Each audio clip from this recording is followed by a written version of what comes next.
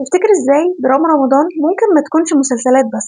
دايما في ظهري، ده صاحب عمري، ده كنز، ده رزق، ده طوق نجاة. مساء الخير، انا مي واحكي النهارده عن اعلانات رمضان.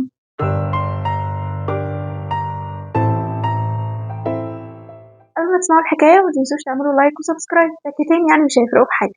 بما اننا في رمضان وبما ان دي خامس واخر حكايه في سلسله حكاياته، فهنحكي النهارده عن اعلانات رمضان اللي اصبحت مش مجرد اعلانات. من سنه لسنه بنستنى اعلانات رمضان زيها زي المسلسلات بالظبط، لان عندنا في مصر رمضان مش بيكون موسم لعرض الاعمال الدراميه والمسلسلات بس، لكن كمان بيكون سباق بتتنافس فيه كل الشركات واي جهه لديها ما تعلن عنه لتقديم اعلان وفكره مميزه لتسويق منتجها. سباق وموسم ضخم لدرجة إنك لما تيجي تتابع مسلسل بتشوف الحلقة اللي مدتها بس 20 دقيقة، ساعة ونص مثلا، بسبب كثرة الفواصل لعرض الإعلانات، وكأن الإعلانات هي الحدث الرئيسي والمسلسلات هي اللي فواصل عليه. وبناء على ذلك فصناعة الإعلانات في مصر صناعة ضخمة جدا، والإعلان الواحد ممكن تكون تكلفة إنتاجه تقترب لميزانية المسلسل اللي أنت بتتابعه. طيب يا ترى من امتى الموضوع بدأ يتضخم بالشكل ده؟ خلال ال 15 سنة الأخيرة مرت صناعة الإعلانات بمراحل وتغييرات كتير. طبعا طول السنة بيكون في إعلانات مستمرة لكل الشركات، لكن طبعا رمضان تحديدا كان بيشهد إعلان واحد كبير ضخم متكلف، المفروض فكرة مميزة. من 15 سنة وتحديدا بعد ثورة 25 يناير العظيمة، مصر كانت بتتغير وبالتبعية كل شيء معاها كان بيتغير. عصر جديد من الحرية والحماس وشعور لا يوصف يأثر على كل المجالات وكل الصناعات. وبالنسبة لمجال صناعة الإعلانات فطبعا الصناعة أخذت شكل جديد، شكل متأثر بالثورة وأحلامها. فبنلاحظ إنه في إعلانات رمضان كل سنة وبالتدريج الشركات بدأت تهتم بالتسويق من خلال نشر أفكار زي بث الأمل والتفاؤل، كلنا واحد وبكرة أحسن، افرد جناحك وطير في الهواء. الفترة دي ولمدة 5 سنين تقريبا يكون أغلب نجوم الإعلانات مش مجرد نجم واحد بيلتف حول صناعة الإعلان كله، ولكن وجوه جديدة من الشباب وحتى الأطفال كإشارة للمستقبل وأحلامه الوردية. فرق موسيقية بتظهر لأول مرة بأغاني جديدة وكلمات جديدة بتعبر عن الأمل والحماس اللي كان بيملى الدنيا وقتها. كل الإعلانات تقريبا وقتها كانت بيغنيها فرق موسيقية، ولو مش فرقة يبقى مجموعة فنانين للتأكيد على روح المشاركة.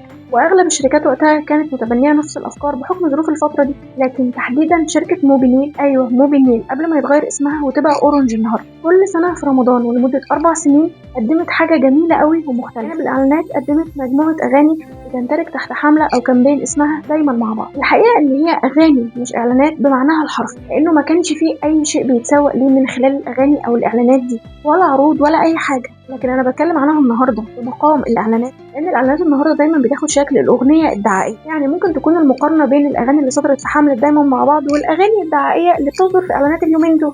كل الفرق هو انه الاغاني بتاعت موبينيل وقتها ما كانش فيها الحاجه اللي بتسوق ليها في نهايه الاعلان، يعني نسميها زي ما نسميها مش مهم. المهم ان اغاني او اعلانات موبينيل في الفتره دي هي اكتر حاجه قدرت تعبر عن الحقبه دي، لانه البطل في الاغاني دي كان المواطن المصري العادي، والمكان هو الشارع. تحت اسم حملة دايما مع بعض كانت بتقدم أغنية كل سنة في رمضان، 4 أغاني مؤثرة جدا ولسه علامات لحد النهاردة، علشان لازم نكون مع بعض. عشان شايلة أنا نفس الأرض، عشان بكرة اللي مستني ومش عايز يفرق حد. رمضان 2012 أغنية واقعية من إخراج أحمد عبد الله. فكرة الأغنية المميزة كانت عرض التنوع الثقافي والجغرافي في مصر، لهجات وملابس، موسيقى وأصوات مختلفة من كل أنحاء مصر، القاهرة، النوبة، مدن القناة، الصعيد، الريف، سينا، الكل بيغني بصوته ولهجته بمزيكته وطريقته الخاصة. غنى سواحلي، صعيدي، ريفي، بدوي، مهرجانات شعبي، وحتى الألترس. ما كانتش مجرد أغنية أو إعلان، ولكن وثيقة بصرية للهوية المصرية وقتها. تتوالى سلسلة دايما مع بعض من بعد الأغنية الأولى في السنة الأولى خرج لنا 3 أغاني من إخراج المبدع مروان حامد. سنة 2013 بتصدر أغنية ملناش غير بعض. بحتاج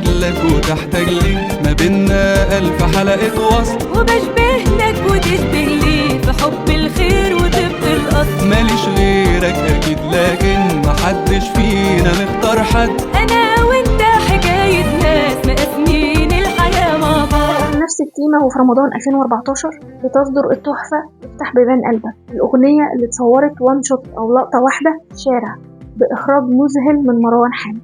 وبيغني في الأغنية نجوم كتير مشهورين زي محمد فؤاد وأحمد عدوية بهاء سلطان بشرى وريهام عبد الحكيم، ولكن برضو مجموعة مش نجم واحد. افتح بيبان قلبك وعرفني انا انسان زيك انت، افتح بيبان بكرة مفيش فرق بين حلم وحلمك انت. لحد ما بتنتهي السلسلة سنة 2015 بفاعل خير. بدك معايا مفيش مقدرش مفيش كفاية، فكرة صغيرة بتتغير حاجات كتير. 4 أغاني للتاريخ، 4 أغاني توثيقية كانوا كافيين يقولوا الثورة كان أثرها جميل ازاي، التفاؤل كان ملينا ازاي، الفكر والإبداع شكله كان عامل ازاي. كل ما تتفرج عليهم هتحس إنك سافرت بالزمن، فرق كبير وإحساس بالغربة بينهم وبين كل المفروض علينا دلوقتي.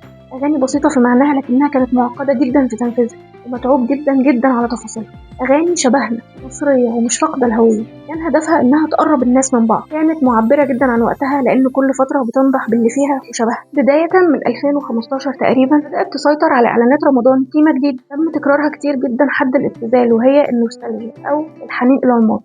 وبما إن إنتاجنا رمضان القديم كان خصب جدا ولسه مؤثر لحد النهارده، فالحنين هيكون لمين؟ بطوطة وفؤاد المهندس والفوازير وكل النجوم اللي قدموا أعمال مميزة في رمضان زمان. ورغم إنه في الفترة دي ما كانش ال AI أو الذكاء الاصطناعي هو الراعي الرسمي لأي حاجة، فالجرافيك ما أثرش معانا في حاجة، ونجوم زمان كانوا بيصوروا الإعلانات معانا في 2015 عادي. ومن المشاركة والتفاؤل والحماس في مرحلة ما بعد الثورة بدأت قيمة جديدة في الظهور، وهي قوتك في عيلتك واللمة والتجمعات وصلة الرحم وأي حاجة تخلي اللي عنده تفكك أسري يقوم يكسر التلفزيون. مش بس كده، ده المواطن المصري اختفى تماما، النجوم رجعوا يسيطروا على الإعلانات من تاني، لدرجة إن الإعلان الواحد كان بيظهر فيه 12 نجم في نفس الإعلان الواحد يلعب على خطين هما الحنين للماضي ولمة العيلة في نفس ذات اللحظة. هيجيب لك النجم واخوه أو ابنه أو أي حد يقرب له وهما بيفتكروا ذكريات زمان عشان يعمل كومبو ذكريات يحل على الأفكار المهروسة الكرياتيف دي قبل ما حد يخطفها. في نفس الحقبة بنشهد تأهل المنتخب الوطني المصري لكأس العالم لأول مرة بعد حوالي 28 سنة. نسكت؟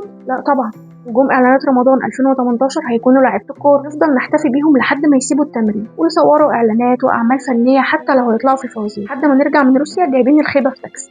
سنة 2020 بتبدأ حقبة جديدة وبتاخد الإعلانات شكل مختلف تماما ما كانش حد ممكن يتخيل إنه يحصل قبل كده، لأن الإعلانات بعد ما كانت في 2011 بتتصور في الشارع بقت تتصور في البيوت بالموبايلات عشان العزل بسبب جائحة كورونا العالمية.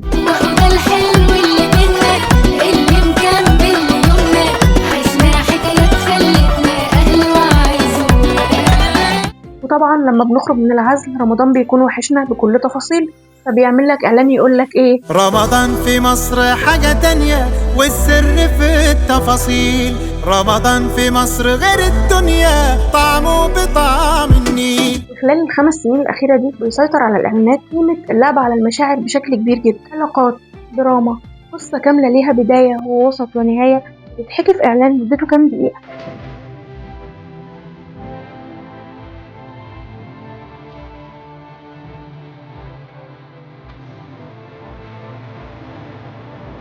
وبجانب كل ده مينفعش ننسى إعلانات الكومباوندات والقرى السياحية اللي مقدم الوحدة فيها 60 مليون جنيه بس. عارفة يعني مستني عشان تقوم تحجز وحدتها؟ معقول يعني مش معاك المقدم البسيط ده يا فقير يا اللي منك لله؟ سنة 2025 بتقدم العربي جروب إعلان لذيذ ومختلف لدرجة إن أبطاله مش مشاهير السينما والدراما زي كل سنة. لما بيجي عيد الأم في رمضان بيظهر مشاهير السوشيال ميديا بإعلان يا رب خلي مصر، يا رب خلي مصر.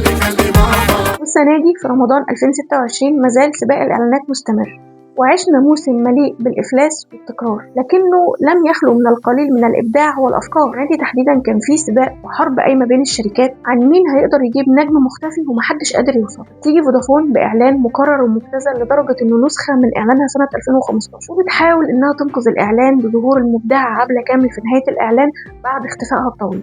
تقوم اتصالات EN ترد في إعلانها بظهور النجمة نيلي، فتقوم أورنج اللي هي كانت موبينيل تقولك أنا هجيب عمرو دياب عادي بس مش لوحده، هجيبه مع ولاده ال4 في أول ظهور ليهم مجتمعين.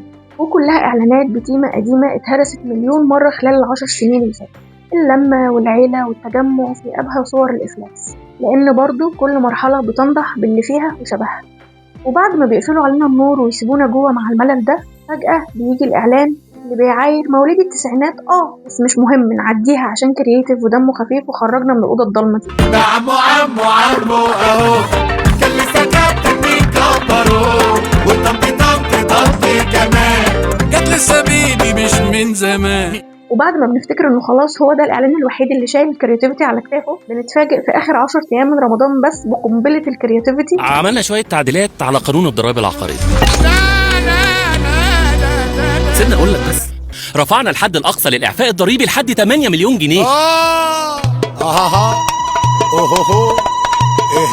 الاعلان اللي فكرته قايمه على استغلال لازمه لنجم شعبي زي عبد الباسط حموده، اعلان اللي صادر عن مصلحه الضرائب العقاريه المصريه، اعلان حكومه يعني. في وسط كل الصخب ده من حرب الشركات والنجوم والملايين والاستوديوهات، يأكد ان البقاء للفكره الحلوه حتى لو كانت بسيطه، مش الانتاج الضخم والصرف الكتير. وتسلم الدماغ صاحبه الفكره الحلوه دي اللي ما نعرفش هي مين. رحله طويله مرت بيها صناعه الاعلانات في مصر، مرت فيها بتغييرات كتير جعلت الاعلانات تسويق تملأه الدراما واللعب على المشاعر، إنتاج كبير وضخم جدا من الأغنية الدعائية، ورغم إنها ملهاش أي علاقة بالمنتج أو الشيء محل الإعلان. هي كانت أغاني حلوة جدا، في أغاني كتير منها جدا كانت حلوة ومنقدرش ننكر ده، لكنها يعني كانت أغاني مرتبطة برمضان نفسه.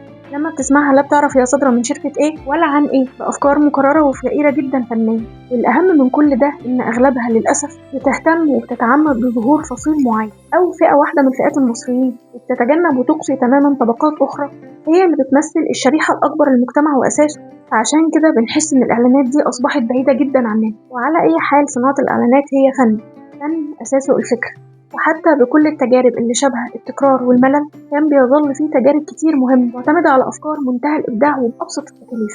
فن مازال فيه مبدعين حتى لو قليلين قادرين يخلقوا فكرة وينفذوها صح، لأن الفكرة هي الأساس وهي اللي بتعيش. دي كانت الحكاية من البداية للنهاية. استنوني الأسبوع الجاي في حكاية جديدة مع مي تحت.